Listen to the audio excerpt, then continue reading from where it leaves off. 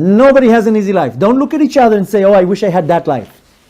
Each and every one of us in the world has a rope around their neck, dealing with something.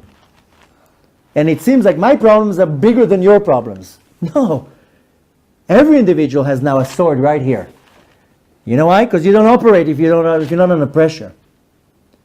And this is what's called tzav hashah. HaKadosh Baruch Hu says, now Mashiach is coming. Get your act together, right now. There's a reason why we're all going through turmoil and suffering and hardships. There's a reason for that. There's a very serious reason for that. The point is how you look at it. Do you look at it and you cry and you whine all day long? And you're saying, okay, that's the reality. Let me see what I'm doing here. The reality is that we're all equal and we're all the same. We all have to do the same mitzvahs. We're all going through some type of a problem in our life. Some a little bit more, some a little bit less. There's a reason for that, because Hashem wants us to scream already for the redemption to come. There's no such a thing that somebody's now having a smooth, normal life. Everybody's dealing with something. Because the Kadosh Baruch Hu pushes us to a corner because He wants you to scream for Mashiach to come already, to solve the problems, because that's the ultimate solution.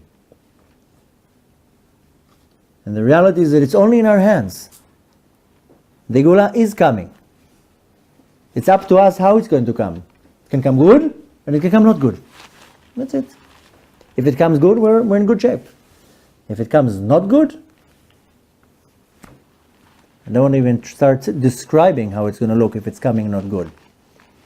But it is coming, and any person that doesn't live his life and breathes that every second, any lightning, maybe that's it, then you're missing the point. You're literally missing the point. Any flash that happens, it has to oh, maybe he's here. I wake up in the morning, I look around, maybe the light is different, maybe it's today. No. I live in the north. All day long we're seeing the jets flying. Every time we're seeing the jets, I'm like, okay, it's happening. And nothing happens, okay. Another day passed. And I have another day to do another few mitzvahs. The reality is that we are in a very auspicious time. We're in a very special time. And if you don't internalize it, you're missing the point. The redemption is coming, and whoever's ready is going to be taken with the redemption. Whoever's not ready might be left behind. You don't want to be left behind, trust me. And don't look at me like, my life is hard right now, and I have issues, and I have problems, and this is not working out, that is not working out. Hashem is not looking now to cry and to whine and to... I'm chas v'shalom not minimizing anybody's problems. I'm just saying that everybody has problems and they have to deal with. But that does not exempt you from doing what you're supposed to do. And the more you do what you're supposed to do, things just disappear.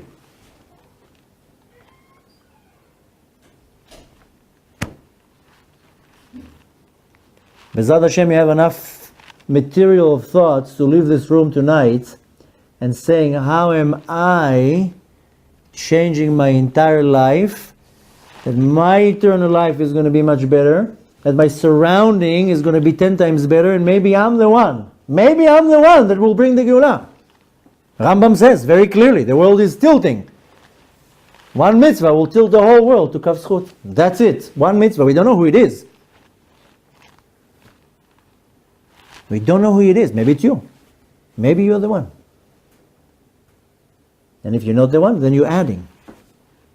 Imagine how better the world is going to be with one more Jew acting a little bit better. And it's not only, you're not impressing Hashem by the mitzvot, and this is what we have to do. Every person has this little internal thing that he has to work on. That's when you are pressing Hashem. You have an issue with Lashon Hara, then today say 99. Tomorrow say 98. The next day say 97. Just start minimizing the damage. You have an issue with looking at the wrong place, then tomorrow look one time less. You have an issue with stealing, then tomorrow steal one time less.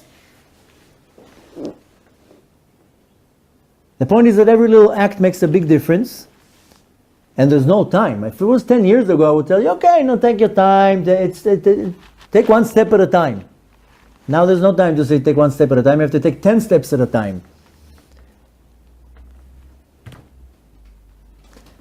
B'ezrat Hashem, Hashem should bless you all that you would leave this room with a big change in your heart and a big change in your mind, and enough material to think about, that every moment of your life and every second of your life, you can change the entire world and everybody that is around you. You can affect yourself, you can affect your loved ones, you can affect the community. If every individual would think like this, then very fast we would change it. If you step out a little bit out of your box and you don't just think of yourself, you just think, oh, okay, maybe today I'll think of somebody else.